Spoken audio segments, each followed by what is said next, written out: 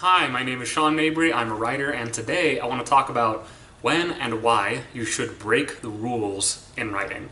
Now, this is a really common problem I see with writers who are early on in their journey. I know I have made this mistake more times than I care to count. So, what it really comes down to is this. If you're going to break the rules in writing, first you have to learn the rules. And I've talked about this on this channel before. Whatever kind of art you ultimately want to create, and now I'm talking about art in general, not just writing, but this kind of applies across the board, it's really important that you learn the rules of your genre, of your medium, of your culture. You know, whichever space you're occupying with your art, you need to understand the rules of it before you can effectively follow or subvert those rules. And so that's really step one. First off, just learn the rules. And take the time to study what came before you, take the time to understand why your forebears did the things they did, even if you disagree with them, even if ultimately you plan to do something different, at least try to figure out why they did things the way they did. Where did these rules come from? But the second part is really where it gets interesting, and really where I think a lot of people trip up, is that oftentimes young authors like myself want to prove how clever we are by breaking the rules and saying, look, I got away with it, right? So it's like writing a story where you have this likable hero and then they die at the end for no apparent reason, just to say, haha, look, I broke the rules of narrative, right? I just killed off this protagonist just to show you that I could, essentially. And you may try to go back and dress it up later, like, oh, it's about, the futility of life or whatever, but really, you have to be introspective here and ask yourself, am I really doing this to prove something about myself? Or am I doing it for the sake of the story?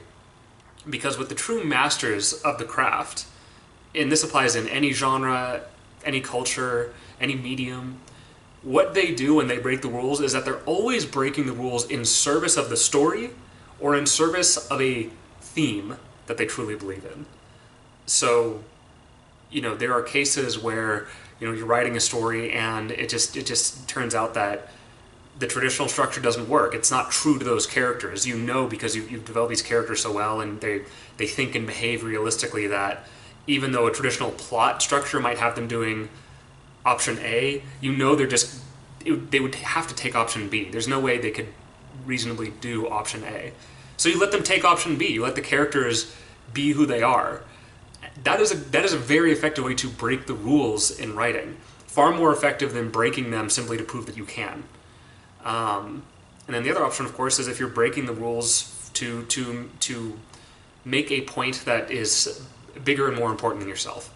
And actually, I'm going to draw from video games for this example. One of my favorite video games is a video game called Spec Ops: The Line, which begins as, ultimately the whole thing is this very, very sophisticated deconstruction of the military first-person shooter genre, in that it really lets you see a protagonist who thinks he's a hero, and the game really lets you think that you're a hero too by playing him, only to find out that he's really actually a monster. And there are many ways in which this game breaks the conventions of the first-person shooter genre. But all of those breaks in convention are all in the service of making the point that, hey, there's some really icky, problematic stuff under the surface of this genre that we haven't been looking at. We need to dig down there and examine it. So it's really not about the writers of the game wanting to prove how clever they are. It's really about kind of waking up players and getting them to ask critical questions about the media that they enjoy. And not to say that they can't have it, but to just think critically about it and think more critically about the world around them. That's another, really, any kind of effective deconstruction work is doing something like this. It's not deconstructing it just to prove how clever the creator is or to prove that it can be deconstructed. It's to actually, let's pull this apart, almost like, a doctor going in for surgery. Like, let's cut open the patient so we can get in there and see what's really wrong, right? So we can see and possibly even cut out the illness, the cancer. So that's really how you should look at breaking the rules. It has to serve a point bigger than yourself, because otherwise it's frankly, it's self-indulgent and people can spot it, people can smell it. It doesn't matter how well you can dress it up with pretty prose or other kind of stylistic trappings. When you're breaking the rules for your own sake to kind of prove something about yourself, people can tell, and it's not a good look. So break the rules with a purpose, know why you're breaking the rules, and most importantly, know the rules so that you actually know what you're breaking. That's it for this week. Hope you all enjoyed this one. I will see you all again next week, and feel free to like, comment, and subscribe in the meantime. Bye.